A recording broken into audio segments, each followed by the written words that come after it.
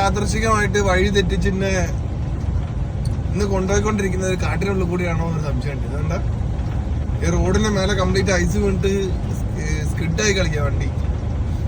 ഇതിന്റെ മേലെയും മരങ്ങള്, സൈഡിലും മരങ്ങള്.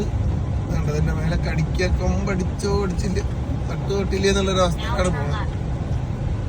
ഇതൊക്കെ എവിടേക്കാ കൊണ്ടുപോകണമെന്ന് അറിഞ്ഞത്. ഇങ്ങനത്തെ സാഹചര്യങ്ങളും നമുക്ക് രാവിലെ തന്നെ വരും. പിന്നെ നാട്ടിലായാലും വഴി തെറ്റിയിട്ട് ഇത് എന്തത് എങ്ങോട്ടാ കൊണ്ടുപോകണത് ഐഡിയ കിട്ടില്ലല്ലോ. കംപ്ലീറ്റ് പ്രതിസന്ധികളുള്ള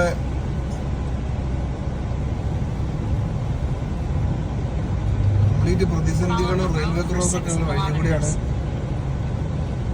മഞ്ഞത്ത് വണ്ടി ഓടിച്ച് പോകുന്നത്. റെയിൽവേ ക്രോസ്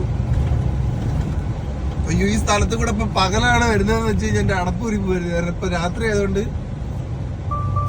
വണ്ടികളൊന്നും ഇല്ലാത്തതുകൊണ്ട് തൽക്കാലം രക്ഷപ്പെട്ടതാ.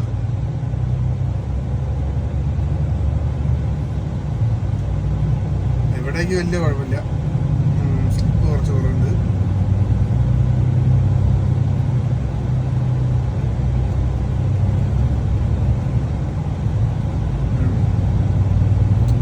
തീർക്കാനും വിടണം, ലേറ്റ് ആകുന്നതിനുമ്പോ അവിടെ എത്തണം. കമ്പനീന്റെ മുഖമുദ്ര എന്ന് പറഞ്ഞു കഴിഞ്ഞാൽ തന്നെ ഡെഡിക്കേറ്റഡ് ടു ഡെലിവറിനാണ്. ഡെലിവറി പക്ക ടൈമിൽ ഓൺ ടൈമിൽ സാധനം എത്തിച്ചു കഴിഞ്ഞാൽ വേറെ മൂടാണ്. നമ്മള് പറക്കുക ചെയ്യാം. ഈ രാവിലെ തന്നെ ഇങ്ങനത്തെ വഴിക്ക് കൂടെ പോകുമ്പോ കിട്ടുന്ന ഒരു സുഖം എന്താ പറയുക. റോഡ് സ്ലിപ്പായിട്ട് മടങ്ങി വരുന്നതാണ്. കംപ്ലീറ്റ് വീട് കിടക്കുക പറഞ്ഞാൽ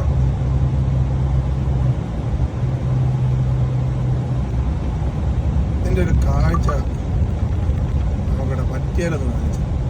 നാട്ടു റോട്ടുമ്പോ തന്നെ വണ്ടി കിടന്ന് വണ്ടിന്റെ സൗകര്യത്തിന് അങ്ങോട്ടും ഇങ്ങോട്ടും പോകും. ഓക്കെ,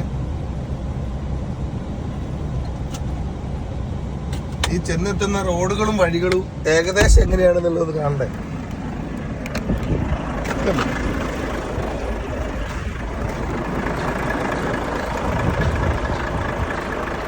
കറക്റ്റ് ഒരു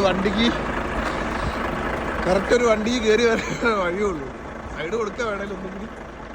കണ്ടോ, മൊത്തം വെളുത്ത് നിൽക്കുന്ന ഇതൊക്കെയാണ് ലൈഫിൽ ഞാൻ ഏറ്റവും ഇൻട്രസ്റ്റിംഗ് ആയിട്ട് കാണുന്ന ഒരു മൊമെന്റാണ് ഈ പറഞ്ഞ ഇപ്പൊ നടന്നുകൊണ്ടിരിക്കുന്ന മൊമെന്റ് ഒക്കെ. കാരണം ഒറ്റയ്ക്ക് ഈ റോഡ് മേലൊക്കെ ഈ ഇരുട്ടത്ത് ഇങ്ങനെ അറിയാത്ത വഴിക്കൊക്കെ വന്ന് ഒരു ഹൊറർ മൂഡിൽ വണ്ടി പോകാൻ എനിക്ക് ഭയങ്കര ലൈക്കാ. ഇപ്പൊ നോക്കിയാ ഈ ഏരിയകളിലൊക്കെ പറഞ്ഞു കഴിഞ്ഞാൽ ഒരു ആള് മനുഷ്യനും ഇല്ല. എടാ, ചെറിയൊരു നിലാവിന്റെ വെട്ടത്തിൽ ഒരു ഈ ഇതിങ്ങനെ വെളുത്ത് വെള്ളപ്പാടായിട്ട് മഞ്ഞിങ്ങനെ വീണ് നടക്കുന്ന കാണുന്നുണ്ട് എന്നല്ലാതെ വേറെ ഒന്നുമില്ല ഈ ചുറ്റുവട്ടത്തൊന്നും. ഈ റോഡുമേലായാലും കണ്ട് ഇവിടേക്ക് ഐസ് വീണിട്ട് റോഡുമേല് കംപ്ലീറ്റ് ഐസ് വീണിട്ട് ഭയങ്കര സ്ലിപ്പേജാ. ഒന്ന് അങ്ങോട്ടോ പോയി കഴിഞ്ഞാൽ ഇപ്പൊ അടത്തല്ല അപ്പുറത്തെ പാടത്തം ഉണ്ടാവും. പക്ഷെ എന്നാലും ഭയങ്കര ത്രില്ലാണ് ഈ സംഭവം. ഇതിപ്പോ പോളണ്ടിലെ ഉലീക്ക എന്ന് പറഞ്ഞൊരു സ്ഥലമാണ്. ഉലീക്ക എന്നങ്ങോട്ട് എഴുതി കാണിക്കുന്നത്. ഉലീക്ക നന്ദിയ സോൾവാക്ക എന്തോ ആയിക്കോട്ടെ. അവിടെ പഠിച്ചു വരുമ്പോൾ ഒരാഴ്ച പഠിക്കും. കംപ്ലീറ്റ് സർക്കാരിന് അനാസ്ഥയായിട്ടാണ് ചൂണ്ടിക്കാണിക്കുന്നത്. ഇത് ക്ലീനാക്കി ഇടേണ്ടതാ ശരിക്കും. ഇപ്പായിട്ട് കിടന്ന് കളിക്കുക. എന്താ വിഷയം വെച്ചാൽ നമ്മൾ അത്യാവശ്യം നല്ല സ്പീഡിൽ കയറി വരുമ്പോ വലിയ കൺട്രോൾ ഇല്ലാന്നുണ്ടെ നേരെ ഒറ്റയടിക്ക് ഒരു സ്ഥലത്തേക്ക് വലിച്ചിട്ട് തൊടി പോയി കിടക്കണം. കാറ് പോയി കിടക്കണ്ടതാ. കാറ് പോയത്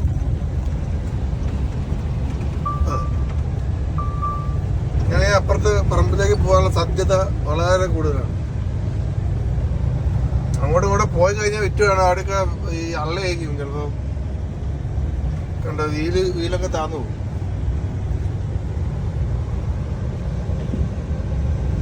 പക്ഷെ ഇത് പകല് വന്നിരുന്നെങ്കിൽ ഇതിന്റെ ഒരു മനോഹാരിത അങ്ങനെ തന്നെ ഷൂട്ട് ചെയ്യാൻ പറ്റിയിരുന്നു. പക്ഷെ ഈ ഒരു ഭീകരത ഉണ്ടാവില്ല. അതിനും കുഴപ്പമില്ല.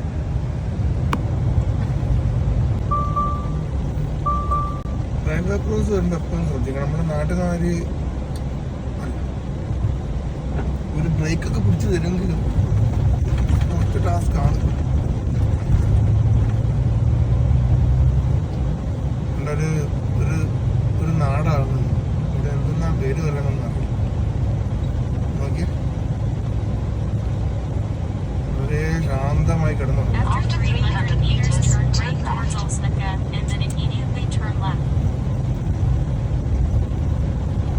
എന്തിനാ ഞാൻ ഇത് കൂടെ വന്നതെന്നുള്ളത് എനിക്ക് പോലും മനസ്സിലായിട്ടില്ല. പെട്ടെന്ന് എത്താൻ വേണ്ടി അവിടെ നിന്ന് ഇറങ്ങി തിരിച്ചത്. അതുപോലെ ലേറ്റ് ആവുന്ന ലക്ഷണമാണ് കാണുന്നത്. ഇവിടെയൊക്കെ സ്പീഡ് ലിമിറ്റും വെച്ചിട്ടുണ്ട്, ഇഷ്ടംമാതിരി ക്യാമറയും വെച്ചിട്ടുണ്ട്. കാവടി ഉള്ളി ഓടി അവിടെ എത്തുമ്പോഴത്തേനും സമയമാവും.